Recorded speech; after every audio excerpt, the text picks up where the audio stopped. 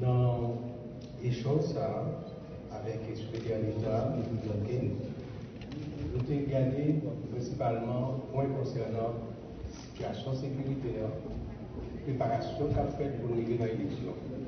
Et entre les deux, comment le processus de mise en place de différents organes, accords droit à venir, à marcher, comment l'État général. Et ce point ça, particulièrement question sécuritaire, qui est très important. D'ailleurs, au Conseil présidentiel, là, c'est première priorité. Deuxième priorité, bien sûr, c'est les élections. Sur première priorité, gagner le grand effort qu'a fait maintenant, particulièrement avec le renforcement de capacité et police nationale et forces armées d'Haïti, avec l'accompagnement premier contingent de mission multinationale de l'appui à la sécurité qui là. Comme nous tous nous connaissons, nous voyons, gagner maintenant une position d'attaque de la police nationale et ensemble avec la force armée d'Haïti. Ça fait que maintenant, partenaires internationaux, notamment américains, comprennent donc la nécessité de renforcer encore davantage la capacité en police et même force armée d'Haïti. Cependant, troupe qu'il a eu, premier contingent avec 380 Kenyans qu'il a eu, yo un peu timide étant donné que je dois déjà gagner renfort des 600 autres qui vont arriver là. Il y a un gros problème qui est posé dans la mission multinationale, c'est un problème de financement. Parce que son mission multinationale, nouveau, ce n'est pas une mission onusienne, côté que les membres de l'ONU doivent contribuer financièrement pour la mission. Là, c'est le monde qui voulait qui contribue. Et à l'heure actuelle, c'est à peu près 300 millions de dollars qui gagnent et une bonne partie est consacrée dans la mise en place quand côté que premier contingent privé et a gagné en pile partenaire au niveau international qui a contribué. Ce qui fait que déjà, gagner réflexion qui a fait et des contacts qui a pris pour comment donc changer statut, mission SAKILA, de mission non onusienne, c'est-à-dire mission d'appui à la sécurité, à une mission d'opération pour la paix. Nous-mêmes, de la présidence, du conseil de la présidence, ce qui intéresse nous, c'est l'appui aux forces de sécurité nationale. Et c'est un cadrement là, bienvenue sous forme de mission, c'est un cadrement qui est accompagné pour forces panneaux, eux-mêmes, pleinement en mesure pour assurer sécurité. Aujourd'hui, en bataille contre le monde, demain, non, sécurité normale sur tout le pays. Et c'est peut-être ça, clairement, partagé avec les secrétaires d'État. Si statut, mission ont changé, c'est une bonne chose, la mesure a gagné financement d'Atila obligatoire des membres de l'ONU, mais pour nous-mêmes, c'est quelque chose qui doit inscrire dans un délai limité, de manière à ce que nous régler les questions par rapport à Gambio et après, c'est force police, force armée d'Haïti qui assure la sécurité en dehors de tout appui. Nous ne pouvons pas venir là pour nous refaire, nous ne pouvons pas refaire une mission l'ONU qui était fait 7 ans, non. Nous avons une mission bien limitée qui est renforcée et conditions de ça. Ça, c'était sur question sécuritaire. Et en même temps, tout, nous faire remarquer que la question sécuritaire est tellement primordiale qu'il faut nous régler pour nous capables de gagner de bonnes élections. Par rapport à l'élection, premier bagage, c'est la mise en place du CEP. Au niveau conseil présidentiel, là, gagné depuis 2 mois, préparation qui a faite en contact avec les entités qui chargées pour nous présenter membres du conseil là. Ça a avancé, mais là, c'est très lentement parce que la société noire est disloquée, société noire a plein de problèmes qui fait que l'entité en eux-mêmes pas capable de jouer un consensus.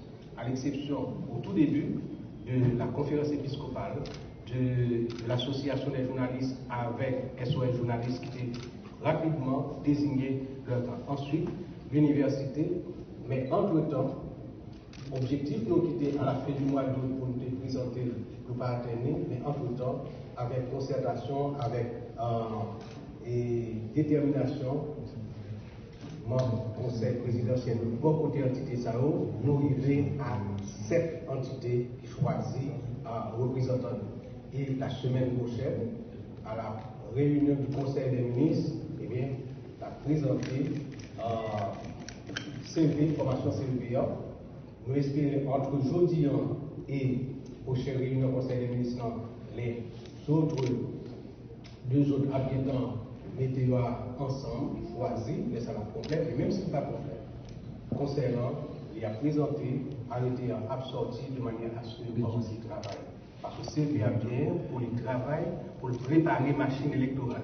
Pendant que le comité pilotage conférence nationale, qui est déjà en place, a complété à la réunion prochaine du Conseil des ministres, les membres qui ont complété, il y a un travail pour que réforme constitutionnelle qui est en fait dans les 3 premiers mois, c'est-à-dire d'ici à fin novembre, de manière à ce que CEPA lui-même ait préparé le référendum pour février et mars.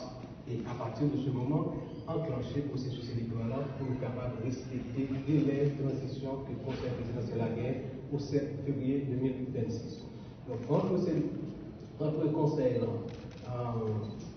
entre CEPA et question de sécurité, ok, tu regarder aussi comment transition a marché dans la mise en place de différents organes accords et aussi comment au niveau conseil l'hypothèse maintenant vu que gagné un mauvais vent qui a passé, c'est l'allégation de corruption qui frappe le conseil comment ça affecte le conseil et qui ça qui affecte. Effectivement, il affecte le conseil fait que il y a des difficultés pour que nous avancions bien, j'en ai commencé, mais comme était-il en revenant de la réunion de la CARICOM à Grenade et que gagné un instance de l'État, l'UNCC, qui saisit le dossier, il y a travail et que nous demandons à ce que l'UNCC fasse son travail en toute indépendance, librement et fait de façon à ce que le produit rapport. Et maintenant que les 3 conseillers, la semaine dernière, volontairement, de par eux-mêmes, aller à l'UNCC et engager à travailler avec l'UNCC pour que la vérité soit faite.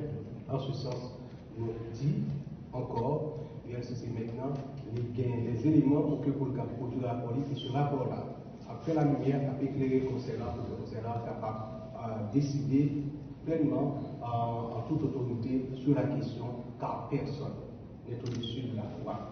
Et particulièrement au niveau de la présidence, nous entendons par exemple. Pour terminer cet échange avec le secrétaire d'État, moi, je fais remarquer que la question sécuritaire est tellement importante pour nous et que nous devons regarder dans nos relations avec notre voisin, la République dominicaine, qui, Jean-Proverbe l'a dit, voisinage c'est famille. Nous devons gagner une bonne relation, nous devons gagner un bon rapport. Toutefois, la question sécuritaire, il est établi par rapport officiel. Gagnon, il y a un moyen pour que les armes, pour que les munitions à partir de trafic, qui sortit en général en Floride, qui passait par la frontière. Alors, nous demandons au secrétaire d'État pour qu'avec le gouvernement américain, pour y intervenir de manière à faire en sorte que le trafic ça est campé, et le ça, même si on a des armes, sans munitions, eh bien, beaucoup de phénomènes. Et comme, entre-temps, nous, le gouvernement et le conseil présidentiel, avons renforcé et l'armée et la police, nous sommes capables d'arriver plus vite à rétablir la paix, la sécurité sur tout le territoire de tout le pays. Voilà donc l'essentiel de l'échange que nous avons après-midi avec le secrétaire d'État américain Blinken. Je vais partager ça avec la presse, nous sommes très contents que nous là, et ça permet que, ensemble, dans l'opinion publique, nous allons passer clairement ça qui dit, ça qui fait. Merci en plus.